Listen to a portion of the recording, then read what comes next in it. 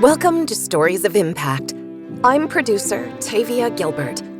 Every first and third Tuesday, journalist Richard Sergey and I bring you conversations about the science behind innovative tools that help human beings flourish. In today's episode in our season focused on human flourishing, we explore human flourishing's greatest result: happiness. Few people are so well known for expertise in happiness as our first guest, Laurie Santos, host of The Happiness Lab, a podcast that will forever alter the way you think about happiness. She's also a professor of psychology at Yale University and teacher of one of the most popular classes ever in Yale history, the Happiness class, which tries to give students the keys to happiness and satisfaction. Here's Professor Santos defining happiness and human flourishing. I think of human flourishing as a state where you are really experiencing all the benefits that come with joy and happiness. It's a sense that you're really happy and joyful in your life, and you're also really happy, joyful with your life. I think that's a recipe for human flourishing. I think of human flourishing as being about a lot of experience of positive emotion and a rich experience of having meaning in your life. Laughter, connection, joy, all the positive emotions that bring you happiness in the moment. And our second guest, Arthur C. Brooks, Harvard professor, PhD social scientist, prolific best-selling author, and columnist at The Atlantic, says, human flourishing is a big concept. The scientific way of talking about it is subjective well-being, and in the vernacular, we say happiness. This is an overlap between these three concepts: subjective well-being, human flourishing, and happiness.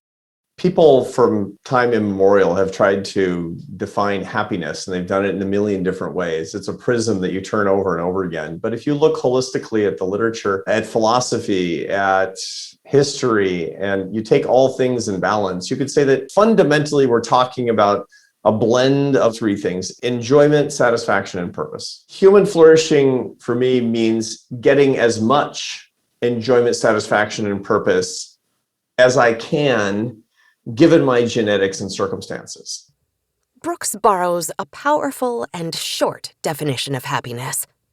And I'll sum it up in the words of George Valiant, who ran an 80-year longitudinal study of graduates of Harvard University paired up with people that didn't go to college and from all different walks of life and demographics. He looked at 80 years of data and he said, I can sum up this entire study with 5 words: happiness is love, full stop. I think he's right. Santos, too, sees the virtues of flourishing through the lens of love. Having a love of learning, having empathic support for other people, having a zest for life, spirituality, bravery, temperance. They're just qualities that we know from long religious traditions and just our own intuition they're kind of just good, right? They're virtues. When we're exercising these character strengths, again, particularly the ones that we resonate with really well, those are the kinds of things that give us flow. Those are the kinds of things that cause us to experience joy at work. Those are the kinds of things that give us a broad sense that what we're doing is really meaningful. Why do neither Brooks nor Santos tie happiness and flourishing to material comfort or to personal achievement? Santos says, all the research shows that meaning and purpose are critical to human flourishing. I think the problem is where we find our meaning, where we find our purpose. Our mind gets it wrong. We have a ton of misconceptions about the kinds of things that are going to give us meaning in life. The happiness boost that you get from the perfect grade, from winning the lottery, from getting the perfect job, those happiness boosts are pretty short-lived unless they come with other things that give you purpose and meaning in life. Part of what I've tried to do in my class is to teach people the kinds of things that really lead to meaning and purpose and the kinds of things that don't. Santos teaches her students that happiness comes from the investment we make in relationships with others and in the relationship we have with ourselves. In fact, she says, we need both in order to be healthy humans. Social connection seems super critical to happiness. And the flip side is that loneliness, feeling disconnected, feeling like you don't belong, these are enormous hits on our happiness, enormous hits on our physical health, but also enormous hits on our mental health too. We like to think of physical and mental health as separate entities, but the research really shows that they're intertwined in ways we don't expect. Our well-being really affects our physical health, it affects our immune function, it affects whether our heart is under stress, but our mental health also seems to affect our performance. These things are really intertwined in ways we don't expect. A flourishing life includes social connection. It involves becoming more other-oriented, focused on how your life is affecting that of other people. But what about the flourishing of introverts? They don't want social connection, right? It turns out if you look at interventions that really make introverts a little bit more social, not like go to some huge party, but like chat with the barista at the coffee shop, what you find is that introverts get as much of a well-being boost from brief but intense social connections as extroverts do. Social connection really seems to be a thing that universally bumps up happiness, not just for some personality types, but maybe for all of us. Happiness and flourishing is really about other people. It's connecting with them, but it's also extending that compassion to yourself. It's a life of presence.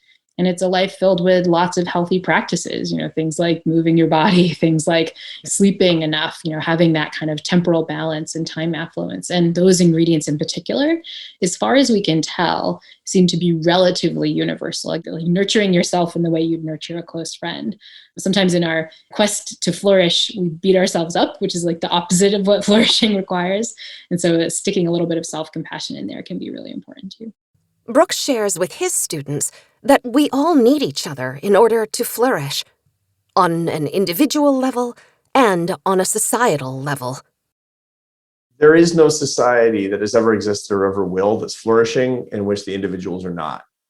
And, this is a mistake that we make again and again and over all throughout history, where leaders think that, you can get the best, most flourishing society when people are afraid or people are oppressed or people are living in poverty. And it's just not true. It's also true that you need to knit people together into a whole. There is an illusion of individuality across a flourishing society. One of the things that I often talk about with my classes is the idea of the aspen grove, where an individual flourishing aspen tree requires that the root system, which is common to all of the aspens in a stand, be healthy. So the two things are inextricably linked.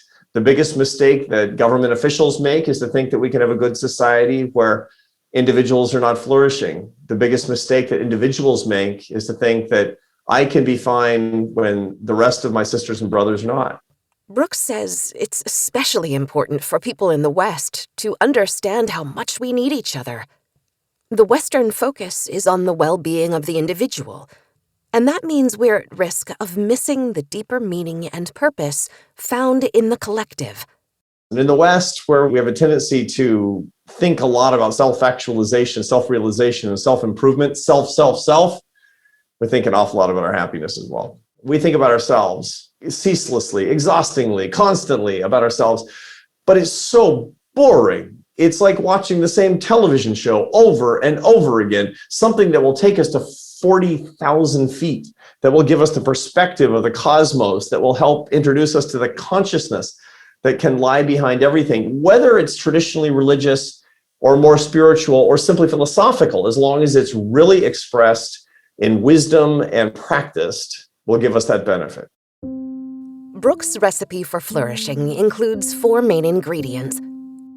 The main dishes in the happiness meal are faith, family, friends, and work. And what these things all have in common is love. Love for the divine, love for family, love through friendship. Brooks isn't saying that flourishing relies on religious faith, but rather an individual sense of spirituality. It does not translate into a belief in God. There are all kinds of practices that don't believe in God the way that I believe in God, but they all create an enormous perspective on life itself, which is the important aspect in bringing happiness. After faith, family is the next key ingredient in the happiness recipe. The saddest thing that I've seen recently is that 1 in 6 Americans have stopped talking to a family member because of politics in the last few years. That's such an error. That's such a happiness error. That should never happen. The family bonds that we have should be the most solid bonds that transcend all circumstance. It's the ties that bind, the kinship that can and should not be broken, the people that we can count on at all times of need and under all circumstances. These are not conditional. These are not elective. These are the love relationships into which we're born, into which we will die. They reliably bring love and happiness. And these are so important to people. And the reason is we have to be able to count on love. The third ingredient is those people who make up our chosen family, our closest friends. They're essential to our joy, fulfillment, and satisfaction. Friendship is so woefully underrated. We're in a society today that's suffering from an epidemic of loneliness. And the reason has everything to do with friendship. Friendship is constricting in the United States and indeed around the world. You find that people have fewer friends. More people are likely to say, nobody knows me well. You find that nearly half of people say that they don't have any close friends at all. And this has been decreasing for year after year. How sad that is, because the elective relationships that we have are often the deepest ones that we have. You find that couples that have deep friendships, even beyond the spouse, that these are the closest couples and the happiest couples. And beyond that, couples that consider each other to be their best friend are the most stable marriages. Friendship is just unreplaceable. Friendship in which we have a mutual love for something outside ourselves. We're not transactional with each other. We don't just admire each other. Finally, as integral as relationships are to our happiness, we need the last ingredient to complete the recipe for flourishing: meaningful work. Meaningful work is something I've studied for years as an economist and as a social scientist. And it's interesting because I've looked across income categories and education categories and professions, and I can't find differences across those distinctions with respect to happiness. Rather, there are only two dimensions that matter, which is service to others and a sense of earned success. Service to others and earned success. Earned success is the concept that your values and your passions and your skills are coming together around something, and you can accomplish something great, that you can achieve a state in which you are creating value with your life and value in the lives of other people. Service to others, the idea that my life makes a difference, my work makes a difference to lift other people up, and I know who they are and I know how it works. Love is expressed through the sanctification of our ordinary work in the service of others. If you believe that you're serving other people with your work, you believe that you're earning your success with your work, that work will be meaningful and it will be a source of enduring value and happiness in your life. Santos also reports that a commitment to being of service to others leads to a good life. You could think about the good life as a life where you're pursuing a good life in a moral sense, right? Like, I'm doing good for the world. The research shows that if you're engaging in practices that are helping other people, that's a thing that can lead to your own personal joy and therefore your own personal flourishing. So you achieve both things through having a life of purpose where you're helping other people. Not only helping other people, but soliciting their unique, enriching perspective through the generous and productive act of listening. We forget that the people around us are troves of information, cool stories, bits of wisdom, joy for us, the joy that it would spark to connect with people. But we often don't have the time or the bandwidth to do it. And so I think we need to bring listening back as a lost art. I think that kind of connection, a deep sort of listening connection, is really an important aspect of our flourishing that becomes harder and harder in the modern age. Brooks agrees. Listening is a key component of happiness because it denotes humility, and humility is a source of happiness. When you measure the humility that people have in their lives, it goes straight up with happiness. It's a direct correlation, humility and happiness. And there's a bunch of different reasons for it. I mean, some of it's practical. Humility brings peace. It's stressful to hold yourself erect in a state of hubris. It's hard to do that all the time. It's much easier to say, I don't know. Tell me what you think. I might be wrong. I'm going to change my mind. That's a state of nature in which you can relax into relationships, in which you can develop love. That requires listening, but is based on humility, which is the fundamental virtue. And a good way to exercise that humility is to listen. Understanding the science of happiness has made both Brooks and Santos happiness evangelists. They want to share the research behind tools like love, nurturing relationships, and listening to others so that they can help their audiences achieve deeper satisfaction and well-being, especially those who might be experiencing deep pain. I came to the study of human flourishing in this very local way. I took on this new role on Yale's campus where I became a head of college. And so I started worrying about flourishing in my college students, where I was seeing not just a lack of flourishing, but real mental health issues, rampant depression, anxiety, stress on campus. And so I started thinking with this incredibly narrow cultural lens where I was like, how can we help college students flourish more? We know a lot about happiness, and yet it's not generally taught or practiced. It's the most amazing thing, what a difference it can have in people's lives. And if we taught these things more widely, if we had a curriculum in this about the understanding, applying, and sharing algorithm about the science and art of happiness, we could do much better. A good life well lived, while not entirely under our control, there's a genetic component, a circumstantial component to be sure, but the parts that are under our control can be maximized. If we know the right things to do, we're much more likely to put those things into effect. It's not immediate, right? You can know what you're supposed to do and not put it into practice, but knowing what to do is really a first step to achieving those practices. So I'm convinced that studying the science of flourishing can really help us in our own daily lives flourish better. Has the science of happiness led to tech tools that cultivate flourishing?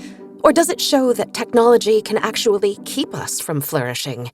To flourish in a technology-laden world, we need to come to terms with how the technologies we're using are affecting us. Technology, whether that be social media or just having our phone around, it's a tool, right? We could use it to do activities that would improve flourishing. We could type in a gratitude journal or call a friend or, use the exercise app, whatever.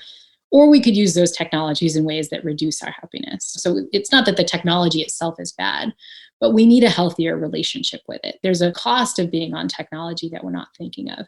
When you engage with your technology with these practices that make you a little bit more mindful, you can make sure you're choosing to use it in ways that really increase flourishing rather than decrease it. So if we're not going to download a happiness app to help us make happier choices, what can we do to increase our flourishing? All the interventions we know empirically seem to work. Things like taking time for social connection, taking time to experience gratitude and to express gratitude to other people, taking time to be present, whether that's through practices like savoring, just noticing the things around you, or more formal practices like meditation, taking time to make sure you're prioritizing healthy habits like sleep and exercise. Even things like focusing on your time, right? Making sure you're not feeling so time famished, subtracting things from your life. There's incredible cultural nuance about how these things are defined and nuance in terms of how you go about these things. But I think the recipe for a flourishing life is really one that seems to involve relatively universal ingredients. But what happens when, like Santos saw with her students, we're faced with adversity, illness, injury, loss? If we're suffering, if we're in need of help ourselves, doesn't that pain keep us from flourishing? The situations we face, the circumstances that befall us in life, they don't have as much of a clear impact on our well-being as we think. And what the science really shows is that it's about your reaction to these kinds of events. There's also lots of evidence for what researchers call post-traumatic growth. This idea that you go through this traumatic circumstance and you come out stronger on the other side. You grow in terms of your resilience. Going through a traumatic event can sometimes convince you like, hey, I have to pay attention to why I'm really here on this planet, right? And it can give you this resolve to get through tough times. Addressing how negative emotions fit into a flourishing life is a really important question, because our instinct is that they're not supposed to be there, right? A flourishing life is just positive emotions all the time. But if you look at what it means to have a well-rounded life, it's not a life without negative emotions. It's a life where you get through lots of challenges, right? It's not a life that's perfectly even keeled. It's one that has its ups and downs, but one in which you feel like you've grown from those challenges or you've made it through, you surfed those emotions. With the right strategies, the research shows that we can grow and become more resilient on the other side and even happier because of these awful circumstances. One recipe for a flourishing life involves coming up with strategies that you can use to navigate negative emotions. In part, realizing that there are going to be events in life that trigger negative emotions, but how you react to those emotions, whether you feed those emotions, whether you notice them and can be present with them and can learn from them, you're going to have lots of different outcomes depending on how you deal with them. In fact, Brooks says that for someone to experience happiness, they have to experience pain. To me, human flourishing, particularly in the purpose or the meaning part, requires not just pure bliss, not just pure joy, but a lot of pain a lot of suffering, a lot of challenge as well. We can't flourish without adversity. The reason is because we need purpose in our lives to truly flourish, and we need adversity to achieve purpose. There is no way that we are not going to face deaths in our families. Doesn't matter if we can wipe out all of the food insecurity, which we should, and stop all the preventable diseases, which would be great. We're still going to die. We're still going to face tragedy. We're still going to face suffering. We're still going to face sadness. The great paradox of happiness, of true happiness, of holistic happiness, is that it requires unhappiness. Now, Carl Jung talked about this. He said that, we wouldn't understand the concept of day if it weren't for night. We wouldn't understand the concept of happiness if it weren't for unhappiness. But it's not just a perception. Purpose requires learning. Purpose requires growth. And growth requires challenge. Growth requires tension. Growth requires discomfort. And so in that way, we can't flourish unless we face adversity in our lives and we deal with it in a way that helps us understand what it means to be fully alive.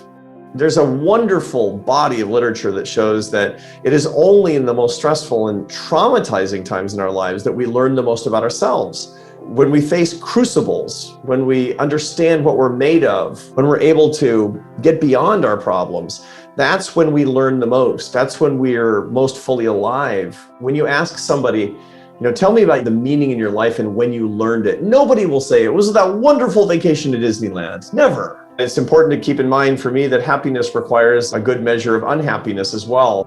So when I look at my own data, when I look at my own experience, when I look at my own life, I have to get down on my knees and be thankful for the challenges and the difficulties and the pain, because suffering is a very sacred thing.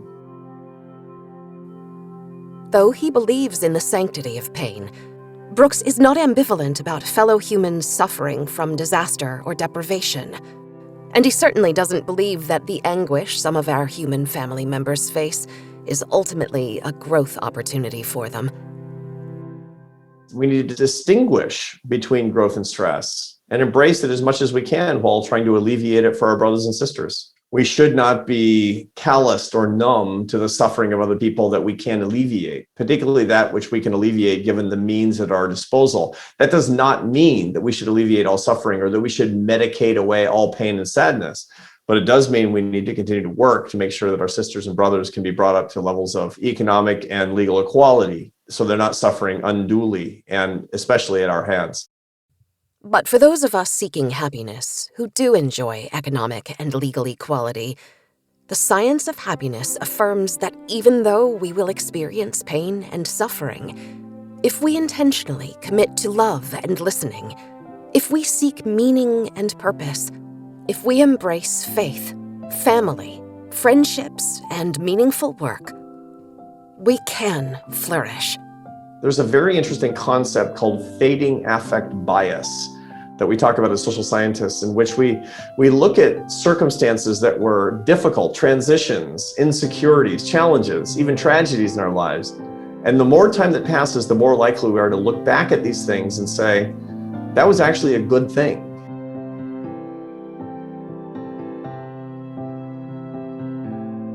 In 2 weeks, we'll be back with 2 extraordinary American leaders in the arts, dancer Judith Jamison and musician Wynton Marsalis, to talk about the way humans flourish through performing arts. Here's a preview of Wynton Marsalis. Music teaches you how to listen harder than you play, because most of the time your experience is listening. That's why I always love to play with great musicians, because I'm going to be spending a lot of time listening. And it's the way to understand, because listening has to come before understanding. Stay tuned for the full interview. In the meantime, if you like today's story of impact, we'd be grateful if you'd help us reach new audiences by taking a moment to follow the podcast and by rating and reviewing us.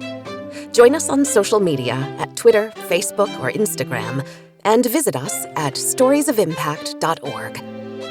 This has been the Stories of Impact podcast with Richard Sergey and Tavia Gilbert. Written and produced by Talkbox and Tavia Gilbert, with associate producer Katie Flood. Music by Alexander Filipiak. Mix and master by Kayla Elrod. Executive producer Michelle Cobb. The Stories of Impact podcast is generously supported by Templeton World Charity Foundation.